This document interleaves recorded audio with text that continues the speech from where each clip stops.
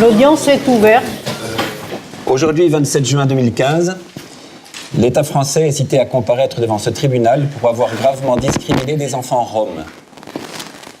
Alors en effet que ces enfants devraient, comme tous les enfants, être protégés et accompagnés dans leur développement, ils subissent au contraire des violations répétées de leurs droits les plus fondamentaux. Ils ont tous en commun de vivre avec leur famille dans des bidonvilles ou en squat, et ce dans une grande précarité qui les place dans une particulière vulnérabilité. Parce qu'ils sont avant tout des enfants, une protection particulière leur est due, sans discrimination à raison de leurs origines ou de leur nationalité, quelle qu'elle soit.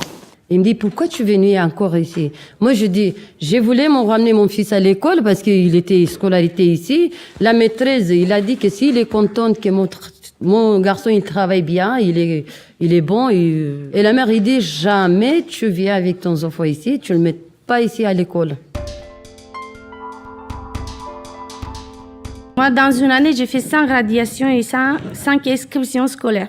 5 en un an. Dans une année. On ne veut pas être expulsé. Nous, on veut rester là-bas, mais on n'a pas de choix. Si la police il arrive, il y a des gens qui passent, ils disent vous partez, vous partez. Après, ils tapent à 5h, 6h du matin, ils sortent les enfants. Les enfants, ils ont très peur. Parce que quand ils vont rentrer dans l'autre camp, dans un autre camp, ils vont dire ah, ben, on va rester un peu de temps et ils vont venir à corps. Pour arriver à l'heure, à 8h35, il nous fallait 12h30 de transport en commun. Donc, je me réveillais à 5h du matin et ma fille à 5h30. Donc, j'ai décidé de retourner de bidonville. On ne peut pas faire l'inscription à l'école parce que vous n'avez pas de domiciliation. Et moi, j'ai dit, c'est ça le problème parce que vous me donnez pas de domiciliation. Il va bientôt casser le terrain. Et j'ai rien, je sais pas où je vais dormir. Ils ont été expulsés à peu près, ils ont fait tout le tour du département, même si leurs parents ont fait le choix de l'école. Ça a été un choix toujours très difficile pour eux. Parfois, je viens pas parce que je dois trouver l'hôtel et quand je sais l'hôtel et je sais venir, je viens à l'école. Un enfant de 10 ans, Rome, posait la question, après avoir observé un peu tout ça, quelle est la différence entre un enfant rome et un être humain? C'est bien qu'il a vu qu'il y avait 2 traitements, quoi.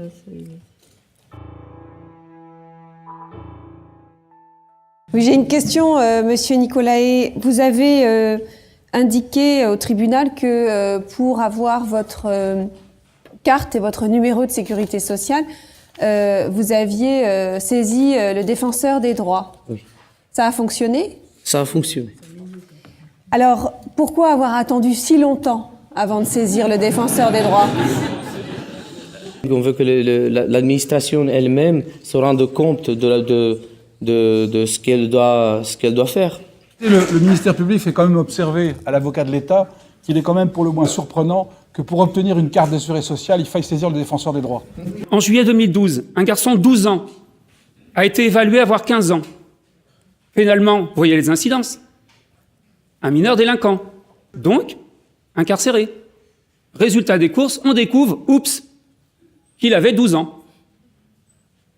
C'est bien dommage, c'est sur un examen osseux. On a là l'utilisation de méthodes qui sont pour tous, pas que pour ceux-là, des méthodes absolument scandaleuses et qui permettent de mettre ces gamins-là, quand ça nous arrange, dans des dispositifs carcéraux qui sont des dispositifs pour les majeurs. Quand on demande à la justice et à la police combien sont ces fameux enfants voleurs qui vivraient plus ou moins dans des bidonvilles, les chiffres oscillent entre 200 pour la justice et 400 pour la police en Île-de-France. Quand on fait les recoupements, on s'aperçoit qu'on est face à 3-4 groupes qui sont sur la région parisienne et qui sont connus, notamment de la police française, mais aussi de certaines polices européennes. Les chefs d'accusation de ces enquêtes sont notamment sur la qualification traite des êtres humains. Donc on n'est plus sur des mineurs qui sont délinquants, mais bien des mineurs qui sont victimes de traite des êtres humains. Ça arrive tout le temps, à chaque fois qu'on se fait arrêter. Ils nous tapent avec des poings fermés, avec les mains, avec les pieds, et une fois avec la matraque. Donc le tribunal va rendre son verdict. Le tribunal dit que les délits, objet de l'accusation, à l'encontre de l'État et des collectivités locales, sont constitués, considérant que, plutôt que de prononcer une sanction symbolique qui ne serait pas à la hauteur de l'enjeu humain et du respect des droits fondamentaux des enfants roms, le tribunal ajourne en conséquence le prononcé du verdict définitif au 1er juillet 2016, ainsi jugé le 27 juin à Saint-Denis.